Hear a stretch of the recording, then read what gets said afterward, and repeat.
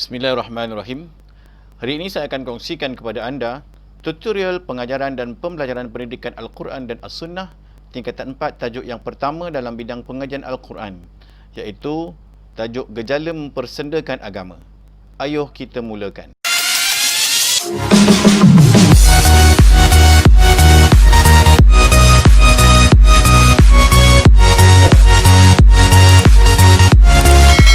Assalamualaikum dan salam sejahtera. Saya Ustaz Syukur Talib dan selamat datang ke channel ini.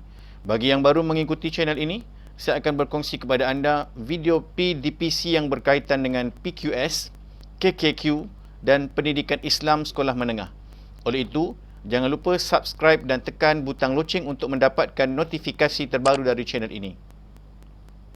Di dalam tajuk ini, saya akan memberi tumpuan kepada isi-isi penting yang sering keluar dalam peperiksaan sebenar. Mohon kepada semua pelajar agar memberikan sepenuh tumpuan kepada apa yang akan saya kongsikan. Baiklah, kita terus kepada petikan ayat Al-Quran dari surah Al-An'am ayat yang ke-70. A'udzu billahi minasyaitonir rajim. Wadhari, dan jauhkanlah diri, alladzina ittakhadhu, daripada orang-orang yang menjadikan dinahum la'iban, agama mereka sebagai permainan, walahwan, dan hiburan, wa gharrathumul hayatud dunya, dan mereka pula telah diperdayakan oleh kehidupan dunia. Wa dhakkir bihi, dan peringatkanlah mereka dengan Al-Quran, antu bersala nafsun, supaya tiap-tiap diri di akhirat kelak tidak terjerumus ke dalam azab neraka, bima kasabat, dengan sebab apa yang telah diusahakan daripada perbuatan yang buruk dan keji. Laisa laha min dunillahi, tiada baginya selain daripada Allah, waliyun wala syafi', yang memberi pelindung dan syafaat. Wa in ta'dil kulla adlin, dan sekiranya dan jika ia hendak menebus dirinya dengan segala jenis tebusan, la yu'khadz minha, nescaya tebusan itu tidak akan diterima daripadanya. Ulaikal ladzina ubsilu, mereka itulah orang yang dijerumuskan ke dalam azab neraka, bima kasabu, dengan sebab apa yang mereka telah usahakan. Lahum syarabun min hamimin, bagi mereka disediakan minuman daripada air panas yang menggelegak. Wa'adzabun alimun, dan azab siksa yang tidak terperi sakitnya, bima kanu yakfurun, disebabkan mereka kufur ingkar semasa hidupnya. Baiklah, sedikit latar belakang ayat. Kaum musyrikin suka mempermainkan agama dan mempraktikkan ajaran agama secara sambil lewa. Mereka suka membuang masa dengan melakukan perkara yang sia-sia. Mereka juga lalai daripada mengamalkan ajaran agama kerana terlalu leka mengejar kemewahan dunia.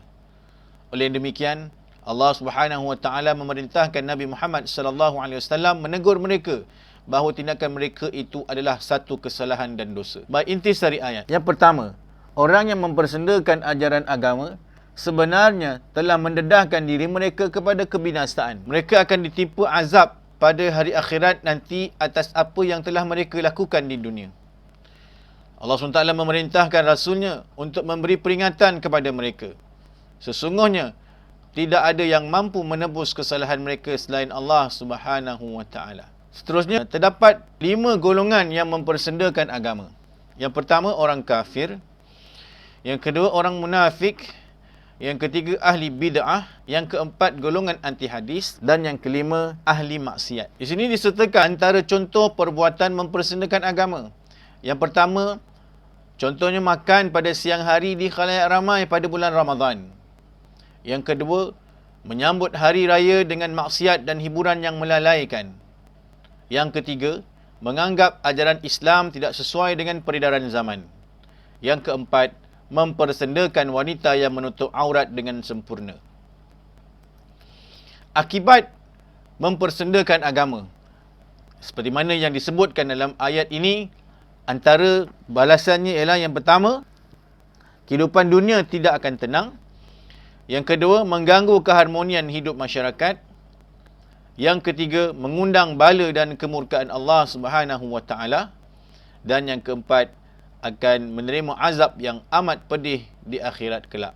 Seterusnya, langkah untuk menangani gejala mempersendakan agama diberikan 4 langkah.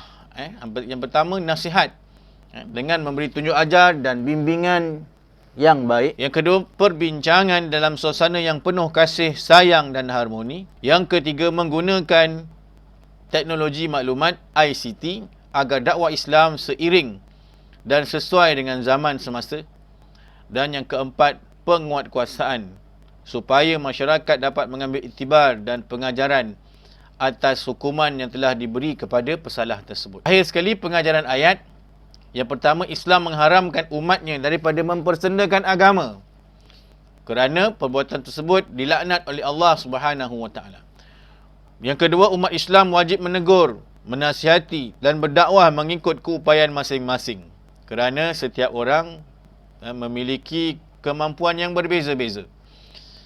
Yang ketiga, Islam melarang umatnya mendekati majlis-majlis dan pesta-pesta maksiat seperti pesta muda-mudi yang ada dalamnya unsur-unsur yang memabukkan. Dan yang keempat, kuasa dan kekayaan tidak boleh menyelamatkan seseorang daripada azab neraka. Yang boleh menyelamatkan hanyalah amal ibadahnya serta syafaat dari Nabi Muhammad sallallahu alaihi wasallam. Alhamdulillah, kita telah selesai membincangkan tajuk gejala mempersendakan agama. Mudah-mudahan ianya memberi manfaat untuk anda di luar sana. Jika ada sebarang soalan atau cadangan atau apa-apa sahaja, sila tuliskan di ruangan komen di bawah. Saya juga telah lampirkan pautan untuk muat turun bahan ini untuk rujukan anda semua. Terima kasih kerana sudi menonton. Assalamualaikum